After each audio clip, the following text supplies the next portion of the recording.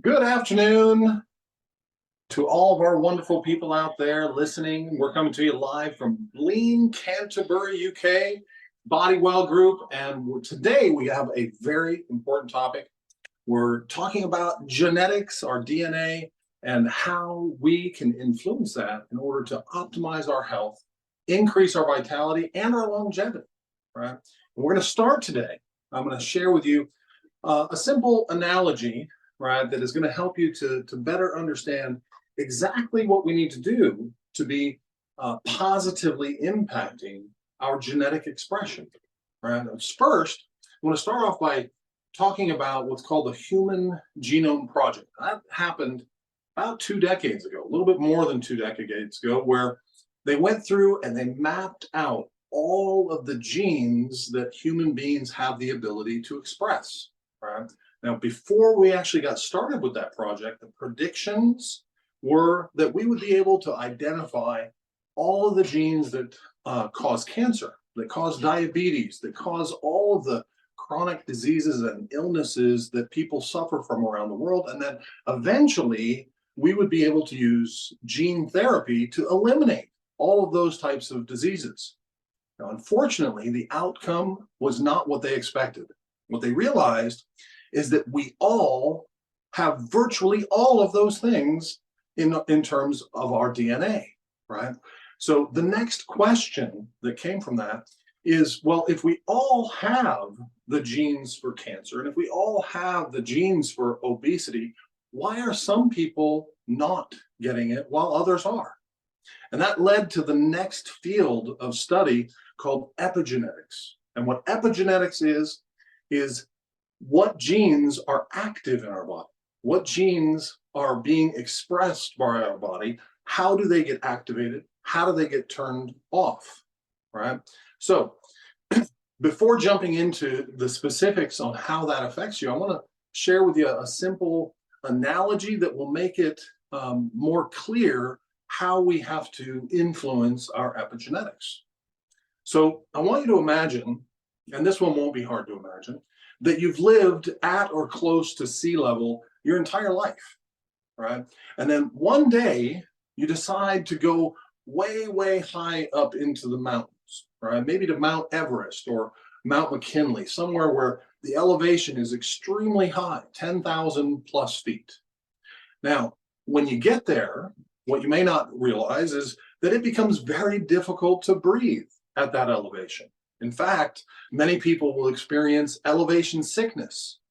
However, there's many people who live at that elevation all the time and have no problem living at that elevation.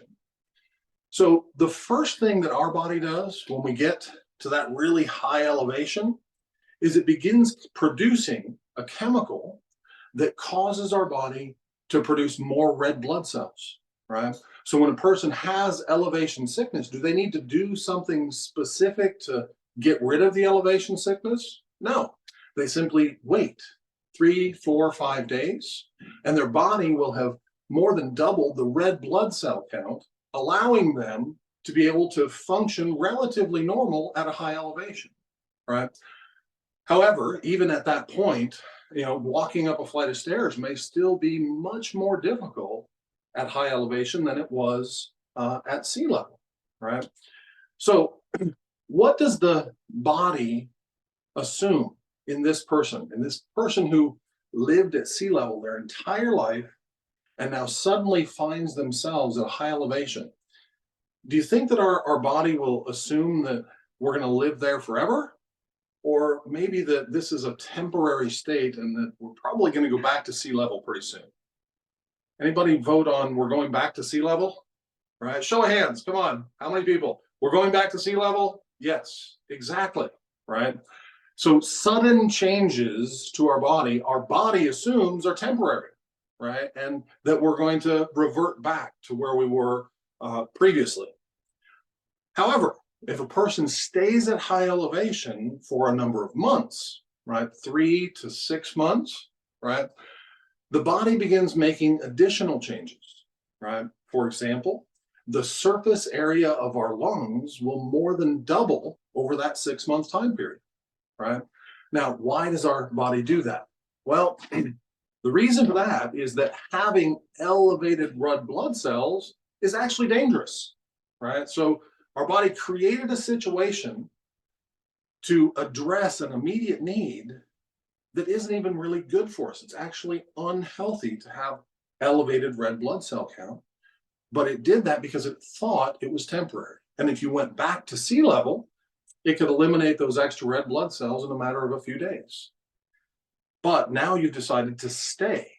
And so the body begins thinking, well, maybe this is a permanent change. Maybe I should start making changes to my body that will last longer, right? So the surface area of our lungs begins to change. Now, if we stay longer than that, the body continues to adapt, right? At about 9 to 12 months, our body will begin producing hormones called elastin, which is something that women will produce when they get close to birth, right? To prepare ligaments and tendons to stretch. And it does that so that our rib cage can begin to open more freely, right? And if we stay even longer, right? If we stay at that high elevation for 3 to 5 years, the bones of our ribs will actually extend and expand, right? So that we can not only open our rib cage bigger, but that it stays bigger on a permanent basis. Now, the question is, at that point, what is our body assuming? It's assuming that we're staying at high elevation, right? And it has made literally permanent changes to our physiology that have adapted us to be able to live at high elevation. But what happens if we go back to sea level now? Does our rib cage shrink? Does our lung capacity revert right back to where it was? It doesn't, right? Why? Because at that point, we've changed our epigenetic coding, right? We were coded epigenetically to live at sea level. But over a period of time, staying in this new environment, this higher elevation, our epigenetics have now changed to adapt us to a new environment. So people say, well, Dr. Pat, what the heck does that have to do with my health, right? Well, most people who come to us are not coming to us with the greatest of health, right? They're coming to us where their body has adapted to the environment that they created for their body. And what has that produced? It has produced poor health, where their health is on a declining path, right? And can we help them to feel better? Many of our patients feel extremely better very quickly. We begin adjusting them. We use deep tissue therapies, et cetera, and they feel some relief, right? However, are those changes that they experience initially, are those permanent changes, or are those temporary changes? Meaning, does your body expect that what you're doing now is a permanent addition, or is it something that is temporary? And I'll revert you back to when we first got to high elevation. What did our body think? It thought it was temporary, right? So it doesn't make permanent changes immediately. And people ask me, well, how long does it take for my spine to begin accepting these changes as permanent changes, things that I'm doing to help improve the function of my spine, to improve the function of my nerve system? Is that going to happen in the first month, in the first 3 months, or is that going to take even longer for it to become a permanent feature? Well, epigenetics tells us that our body believes that where it is currently is the permanent state. And it will only change if we force it into a new environment and keep it there over a prolonged period to where it now believes that this new state is going to be the new permanent state, right? Now, how does that actually transpire in our body, right? Well, I'll bring you back to another interesting story. Anybody ever dust around the house, right? You go around the house and you're cleaning up dust. Anybody know what that's made of, right? Skin cells. About 90% of it is skin cells that come off of our body, right? Now, why is that important in understanding health? Well, those skin cells were born a few weeks back, right? And over a period of a few weeks, they raise up to the surface and then they slough off, right? In fact, that cycle in our body from the time that a new skin cell is born until it reaches the surface is about 90 days, right? Now, other parts of our body are much faster, right? Like the fastest part of our body is our stomach, right? Where the new cells that are produced by our stomach from the time that they're born until they're being sloughed off is 2 weeks, right? So different parts of our body regenerate at different rates. Now, there's only one part of our body that doesn't do that same regenerative cycle, and that's the brain and the spinal cord, right? The brain and the spinal cord, you've probably heard. If you get an injury to the brain or to the spinal cord, it doesn't heal, right? Every other part of the body has the capacity to heal through going through that process of regeneration where new cells are being created and they over time become cells that are being used by the parts of our body, and then eventually they die and they slough off, right? Now, inside of us, right, those cells that are sloughing off, they don't come off as dust, right? They get taken away by our bloodstream and our lymphatic system to take away the old dead cells, right? But there's still that recycling that's happening, whether it's our liver, our kidney, our stomach, our intestines, all the internal parts, right, are going through that same regenerative cycle. Now, what does that mean? You create a change, let's say in your diet today. Initially, what does your body think? It thinks this is temporary, right? Why? Because it looks at your history of what you've eaten over the last several years, right? And it says, yeah, you've been eating garbage for several years. I'm still expecting garbage, right? So today you start eating a really healthy diet and, oh, I'm expecting to feel fantastic by tomorrow. Doesn't quite work that way, right? But if you're eating healthy on a consistent basis, right, your epigenetics will begin to gradually change. And as our body goes through regenerative cycles every 90 days, it's literally 90% of you is brand new every 90 days. So as each regenerative cycle goes, the healthier our activities during that cycle, the healthier the new cells that are being born. And then the next cycle goes through and those cells become healthier. And the next cycle goes through and those cells become healthier. And that's how our epigenetics are actually transformed from where we were to where we're going. Now, is that simple? Well, it is simple, right? In the concept that, the old adages of you are what you eat is very true, but you are also what you do. Meaning, if you choose to sit on your couch most of the day rather than going and exercising, well, your body is going to adapt to being the type of person who sits on the couch a lot. Whereas if you decide, you know what, I'm going to become more active, right? And I'm going to increase my exercise. What's your body going to adapt itself to? To a person who exercises. Now, is it quick? Is it fast? Is it overnight? No, it's not. But if you're consistent with it and you continue to persevere and you work at it, you'll get better and you'll get better and you'll get better. And your body gets stronger and healthier as you're doing it. So when we're talking to people about their health, right, we're saying, listen, where you are now is a byproduct of where you've been. It's the road behind you, right? But that doesn't predict the road in front of you, right? Your decisions today determine the road that's in front of you. At any point in time in a person's life, they can say, you know what, today I'm going to decide to become a smoker. And I'm going to pick up a pack of cigarettes and I'm going to start smoking them. And what does that predict for their future health? Are they becoming healthier or are they becoming less healthy? Now, smoking that first pack of cigarettes doesn't give them lung cancer, right? It doesn't, cause them to have poor and, health and end up, in the emergency room, right? But it starts them down that path. Does that make sense? It's simply the path that they are starting today. And what I'm suggesting is that if you really want to control your health and you want to predict your future health, you make the healthy decisions today. You make the decision to say, look, I'm going to eat not because it makes me happy, but because it makes me healthy. The foods that I choose to eat them because they make me healthier, they make me stronger, they provide my body with the nutrients that it needs so that my future health is stronger and healthier and more vital.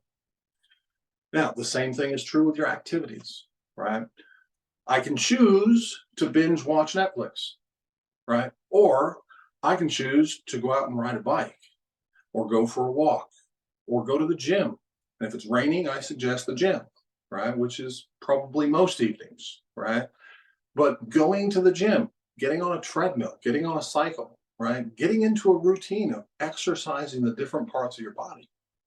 The old adage of if you don't use it, you lose it, absolutely applies, right? So I suggest using it, using every part of your body, using every muscle, muscles you didn't know you had. Start using them. The sooner you start using them, the sooner your body will adapt, right? Now, when we're adapting, is there pain? Well, think about going up to that mountain, right? When you get up there, you can barely breathe, right? You're getting elevation sickness, right? And what do you have to do? You have to go through that. You have to go through the pain of your body adapting itself to a new environment. Exercise, if it's new to you, you've got to go through that in order to get to the other side. You know, you go to the gym, you see lots of people who are, oh, they're suffering. And then you see a lot of them who really enjoy what they're doing. And those are the ones that have been there longest, right? The ones who consistently go to the gym on a regular basis, they begin to really enjoy it, to really enjoy the exercise and the growth that their body experiences, right? And the health and vitality that's produced as a result of it. Now, coming back to our spines, right? If a person has 50 years of doing this, right, or of sitting in a slouched position, right, and we start today doing exercises where we're trying to reverse that posture, right? We're exercising it, we're stretching it, and we're using adjustments to mobilize our joints, right? What is our body predicting when we first start that adventure? When we first start something new, our body assumes it's short term. It assumes that you're only going to do this for a little bit. It takes time and it takes going through with persistence to get to the point that your body accepts that, hey, this isn't my posture anymore, right? This is, my head is over my shoulders, right? My shoulders are square and level, right? And doing those exercises consistently, getting your adjustments consistently, is what creates that future healthy spine. Again, it's not instant, it's not overnight, it's over time. But I've seen spines that have gone from advanced phase 2 degeneration with very thin discs, with arthritic spurs all over them, in a person coming in literally on a walker. And we're not talking about a person in their 20s. We're talking about people in their 50s, in their 60s, in their 70s that are coming in and that over a period of time get back to a very vital life where they're out walking miles and enjoying themselves, going to the gym regularly. And how do they do that? Persistence, staying with it, sticking with it, going through the adaptations that your body has to go through in order to create that new healthy you. Now, everyone coming to us wants the instant miracle. Some days, right, they say, hey, you know what, Dr. Pat, that was an amazing adjustment. Please always do that one for me, right? Well, that was today's adjustment, right? Tomorrow's adjustment, right? We make it, and you may say, oh, Dr. Pat, I hate you. That was horrible. What did you do to me? Well, that was tomorrow's adjustment, right? And the next day, it'll be different as well. Why? Because you are different. Your body is changing. Your body, those cells are replacing themselves over and over again. And all of the experiences that are going on in your life are cumulative to who you are in this moment. And how can I predict exactly how you're going to feel from one adjustment?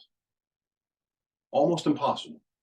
Now, if you go and take that stairway to heaven, they can pretty well predict you're going to feel amazing. But Massage, does that help us to alleviate the tension, alleviate the stress, the toxins that are building up in our muscles? Yes. But how did they become toxic to begin with? They became toxic because of a prolonged period of poor posture, of low exercise, of poor diet, of stress, of anxiety, of worry, of concern. Now, can one or two massages alleviate years of all of those negative things added together? Of course not, right? But it is one of the ingredients that is absolutely necessary to help you get on that path, right? To keep you on that path of creating a new, healthier you where your epigenetics are coded for vitality and for longevity, right? So that, 10, 15 years from now, you're saying, Dr. Pat, wow, what an adventure it has been for me. And my life has transformed to where I'm healthier today than I was a decade ago. And how many people can say that today? How many people can say, I'm absolutely healthier today than I was a decade ago, than I was 2 decades ago? I can raise my hand and I can tell you today, I can exercise more than I could a decade ago. And I can definitely exercise more today than I could 2 decades ago. And my plan over this next decade, right? My goal is to see myself getting out there for a triathlon, right? I'd love to be able to do, at least say I did it once, right? Before I hit 65, right? That was one of the bucket lists for me, right? You look at triathlons around the world and look at the average age of people doing triathlons, it would fool you, right? Because the average age is over 55, and yet most of the contenders are in their 20s. That's because there's a huge contention of people that are 65 plus that are out there doing triathlons to demonstrate how much healthier that they have become over time. And you know what? There are people right here in our practice that are doing that are defying all odds, that came into us virtually unable to walk, and now, a few years later, stepping out to do triathlons, to do marathons, to do all of these things because of a new set of vitality that they've created. And no, they didn't create it overnight. They created it over time. They allowed their body to transform to a new epigenetic code of health, of vitality, and of longevity by being consistent and predictable with doing the things that create that for their body. Now, I look forward to being part of that journey with each and every one of you, helping to guide you along the path, answer your questions, be able to encourage you and be your cheerleader, right? To make sure that you're living the healthiest and most vital life that you possibly can, right? Until next time, I'm Dr. Pat. You all have a fantastic evening and God bless. Take care.